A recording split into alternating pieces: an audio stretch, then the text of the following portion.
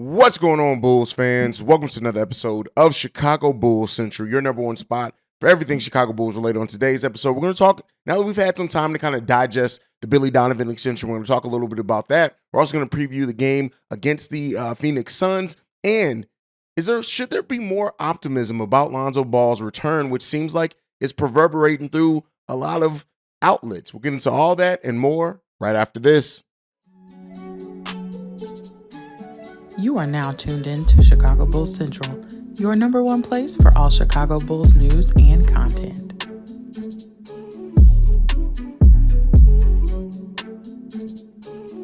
All right, Bulls fans. So we've had some time to sit with now the knowledge that Billy Donovan has been extended and what that means for the future of the Chicago Bulls team. Now, some more has come out since my initial video, just reacting when the news dropped, and that's that this extension came just because of Billy Donovan's connection with the front office, the fact that they are very much in sync when it comes to what they want to do with this team and in the future. And Billy Donovan really is an extension of that front office. Now, I understand everybody's issues with it. I have my issues with Billy Donovan being extended before the last year of his contract to really take a look at where this team is. Now, the contract extension did happen before the season started, so that was before we got out to the slow start that we did. Some people have even speculated. I see you guys' comments on, oh, does this mean Billy's getting fired? Or no, at this point, we know that this ownership group is not very willy-nilly with spending money. So with Billy Donovan being extended, keep in mind with coaches, if you fire them early, you still have to pay out their contract unless they become a head coach at another spot. So with that being said, Billy Donovan's probably going to be here for the foreseeable future. I know there are a lot of Bulls fans hoping, speculating that, that Billy Donovan is going to be moved. And it doesn't look like that. So what does this mean? To me, this signifies that Billy Donovan's locked in, of course, with the front office, that if there's any issues with players, anything like that, the front office seems like it's going to more so side with Billy Donovan over that. What this means for the future of the team, I do not know. You guys know I have my issues with Billy Donovan and how he develops players. I have my issues with Billy Donovan's schemes. I have my issues with Billy Donovan's adjustments. But I do recognize that I have always said where people like Billy Donovan, he's not a bad head coach. Do I think he's the coach to get this team to championship level? No. But I will say this, we don't have a championship level roster yet either. The biggest concern for me, and kind of breaking this down and sitting with it, is that the Bulls, unless they do plan on making a big-time move to bring in another superstar, or they feel like they are really going to be able to get a superstar to come in at a cheaper contract on maybe a mid-level exception or maybe a budding star or something like that, this team's future really does hinge on Ayo Dosunmu, Patrick Williams, Dalen Terry, or Kobe White making a major leap as of right now. And Kobe White may not be long for the team at all in general. And so my issue with Billy Donovan comes in is he running a system to develop these players? And so when you look at, for example, Ayo Dosunmu, a player that's, I've said it before, a lot of you guys have said it as well, doesn't seem to be a true point guard at the next level, more of a combo guard, but he definitely can play point.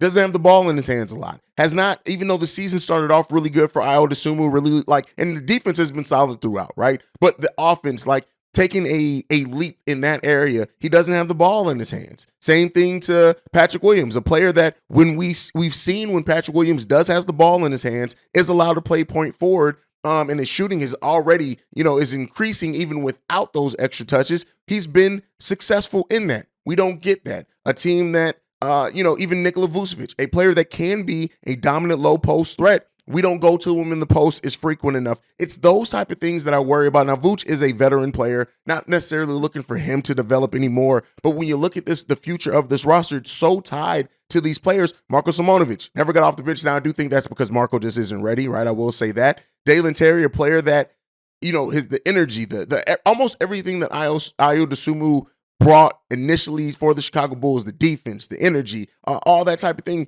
is a player that could bring that at a time where we do need some more size, need some more length.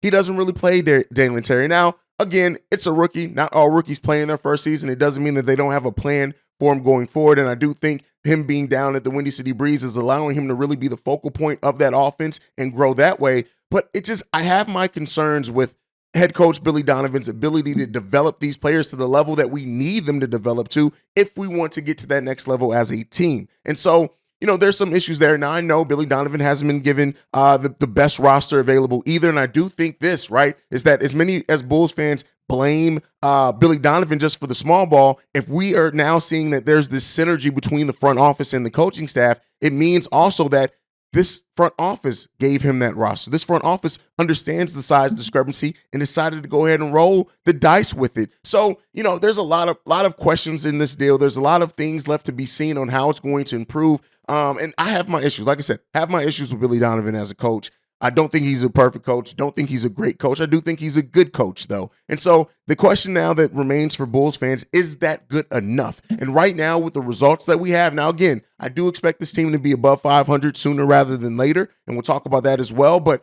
I don't know, man. I really sit with this, and I'm like, hey, either AK and Eversley are planning to improve this roster drastically yet again, and by that I don't mean this season. But they're either planning to drastically improve this roster, or Billy's just their guy.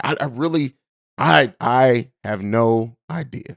But let me know what you guys think on that down below. After having still less than a full 24 hours, but having some time to kind of sit with it, has your mind changed at all on it? Do you kind of see the vision? Do you see even more issues? Let me know what you guys think about that one down below. Now, let's talk about the game tonight that the Chicago Bulls have with the Phoenix Suns. The Bulls are 3-1 in their last 4. They hope to extend that positive streak against the Phoenix Suns tonight. Now, the Bulls have quite a few players on the injury report, and this came out yesterday. I almost dropped a special video, but I figured let's just wait till the morning. So right now, Alex Caruso listed as day-to-day with an ankle injury. Goran Dragic listed as probable for him with still that cervical stinger. Ayo Dosunmu's listed as day-to-day, surprisingly enough, as well, with a right thumb sprain. Thump sprain is what it says. Thump? I think they probably mean thumb sprain. I would hope that that's what that means. Thumb sprain. Derrick Jones Jr. is also listed as day-to-day, but he's listed as probable with a right thumb sprain as well. And so that's it. We already know Lonzo Ball's out. Now, with the Phoenix Suns, they are missing 2 of their starters.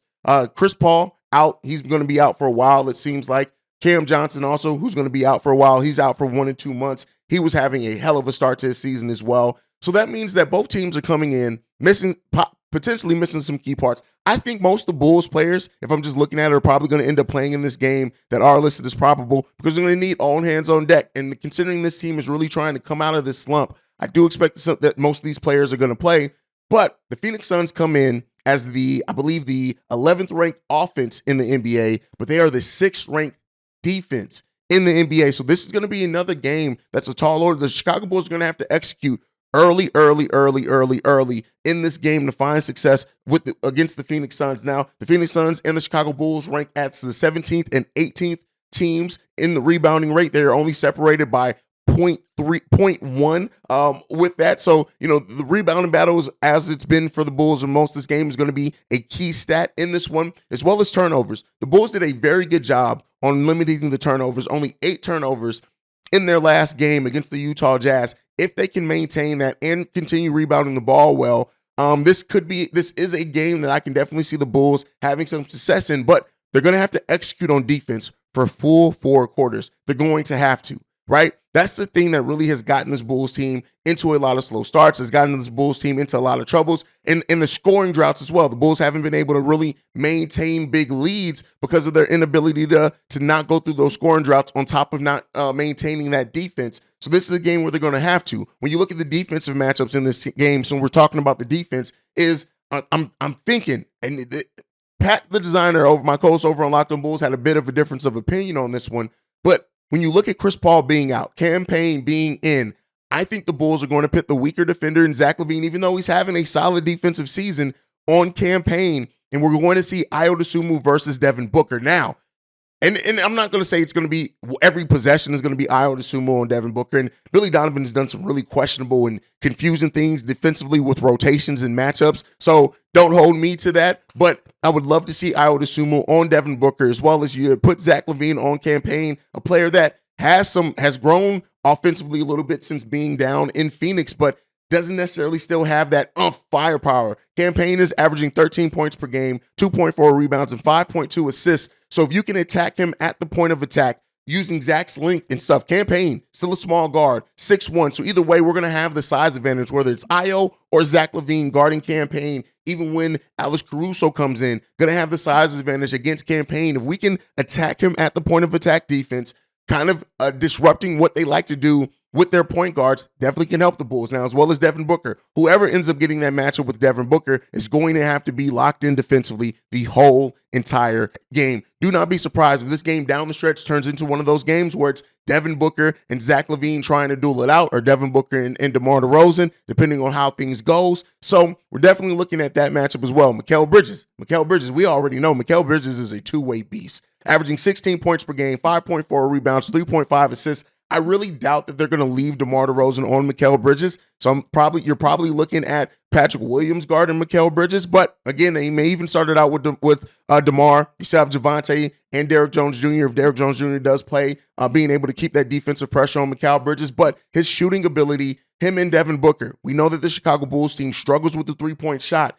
This is not a game in which you want to allow either one of these players to get hot and in rhythm. The way that we let Lauri Markkanen get in rhythm in that Utah Jazz game, we cannot have that against these players in this game against the Phoenix Suns tonight, because I tell you what, if that happens, it's going to get ugly quick for the Chicago Bulls. So they're going to have to defend those two players well. Now, Torrey Craig, their starting power forward, he's 6'7" starting power forward. So again, definitely outweighs P. Will, I think, or they may be around the same now. I know P. Will's put on some weight. If P. Will is guarding him, I think, and I look at this as saying this is a player that you can potentially put DeMar DeRozan on now. Is Torrey Craig then going to all of a sudden start lighting it up and really use his physicality against DeMar? I doubt it. He's just not a volume shooter for his career. Torrey Craig only averages less than 5 shots per game for his career. So if we are going to try to hide DeMar DeRozan defensively, the player to do that on is Torrey Craig. Not a threat to really shoot the three-point shot. He averages less than one. He averages 2 three-point shots per game for his career. He's a 33% three-point shooter. So again, because of the way the Chicago Bulls play sometimes, look out for Torrey Craig to go off for 5 for 10 from three-point range. But with that being said, the Bulls can definitely own that matchup as well. The one that comes in, the matchup that may, as much as Devin Booker is the heart and soul of this team as far as scoring-wise, the matchup that may dictate this game is how well Nikola Vucevic and Andre Drummond make DeAndre Ayton work on both sides of the ball. DeAndre Ayton, 16 points per game, 9.6 rebounds, only 2.1 assists, but he has a player efficiency rating of 21, good enough for the 25th highest player efficiency rating in the NBA. He is killing it right now, shooting 60% overall from the field, which matches his career totals, only 27% from three-point range. But this season, he's taking less than 1 3-pointers per game. So again, he's not a player that's theoretically going to pull Nikola Vucevic out that down low post pressing. So Vuce is going to have to rebound well against DeAndre Ayton. Going to have to play well. This is the first season as well that DeAndre Ayton isn't averaging double-digit rebounds. Now, he's not far off from it, averaging 9.6. Might as well round that up to 10. But that matchup of DeAndre Ayton, whether it's Andre Drummond out there defensively making him work, whether it's Vooch making him work offensively, we know that DeAndre Ayton isn't the best defensive player, right? He can be exposed defensively. And if the Chicago Bulls, if Vooch can keep up that pressure, make him work, and then in the minutes that Drummond's out there against DeAndre Ayton, if Drummond makes him work on the boards, make him work on the offensive end, playing that solid defense, this definitely can be one of those games where that having the 1-2 punch of Drummond and Vooch out there can do a big difference for the Chicago Bulls. And the thing with this as well is the bench of the Phoenix Suns isn't the best bench in the world. If we have our full complement of players, right? If all those injuries that I listed, all those questionables that I listed for the Chicago Bulls end up coming through, the player that's averaging the most points off the bench for the Phoenix Suns right now is Damian Lee at 8.1 points per game off the bench. So we have the capability to definitely outscore them when it comes to bench scoring. But again, this bench has been up and down more so recently. We know what they can be at the height and when they're playing well. As well, when you look at who's coming off the bench for DeAndre Ayton, that's Bismack Biyombo. Shout out to him for still being in the league. But this is a player that's not really a threat. Andre Drummond could definitely win that matchup. And God forbid they have Biyombo in there with Nikola Vucevic. Vooch outweighs him, has more height than him. Vooch should be able to make him work and score some on Bismack Biyombo. But yeah, so that's what it comes down to for the Chicago Bulls in this game. They're going to have to be locked in. They're going to have to watch these matchups. And if our bench, if we don't miss all the players that I listed with injury and our bench is playing to the level that we know that this bench can, and Kobe White, again, God forbid Kobe White has another hot game.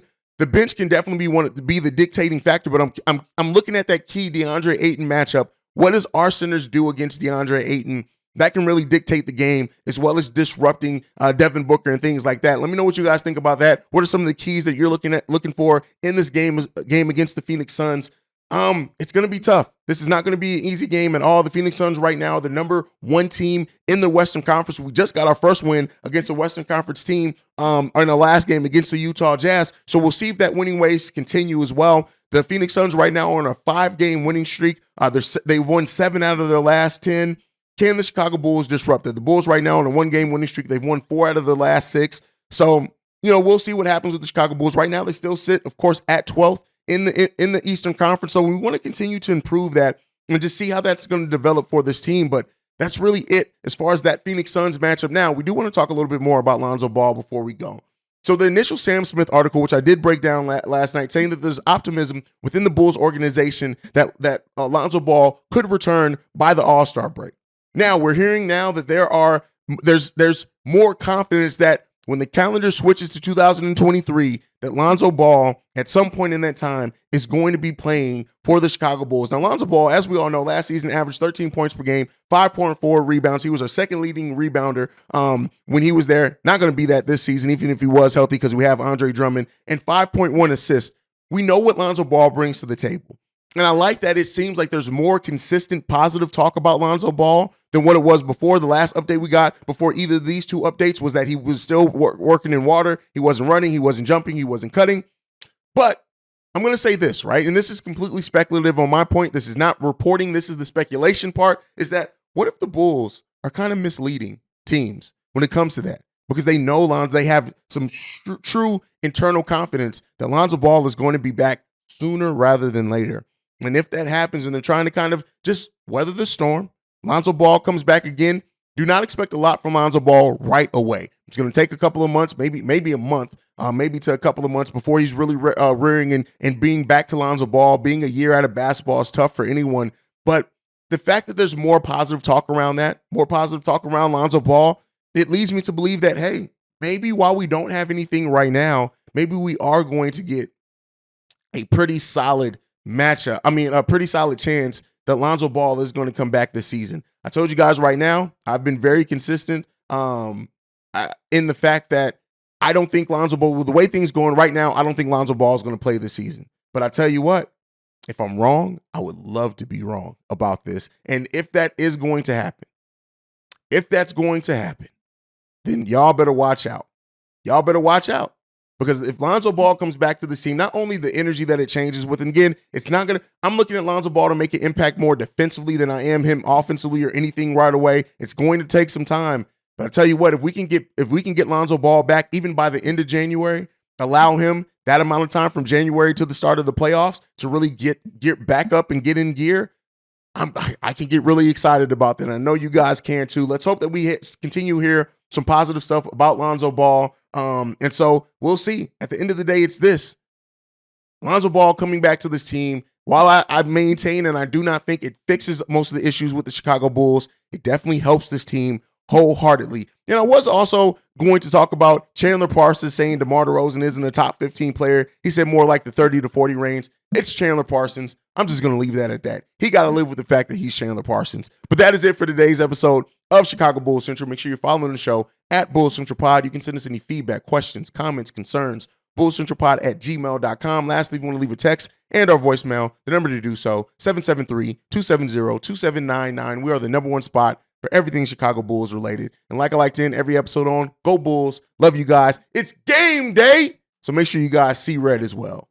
Peace, y'all. This has been a presentation of the Break Media.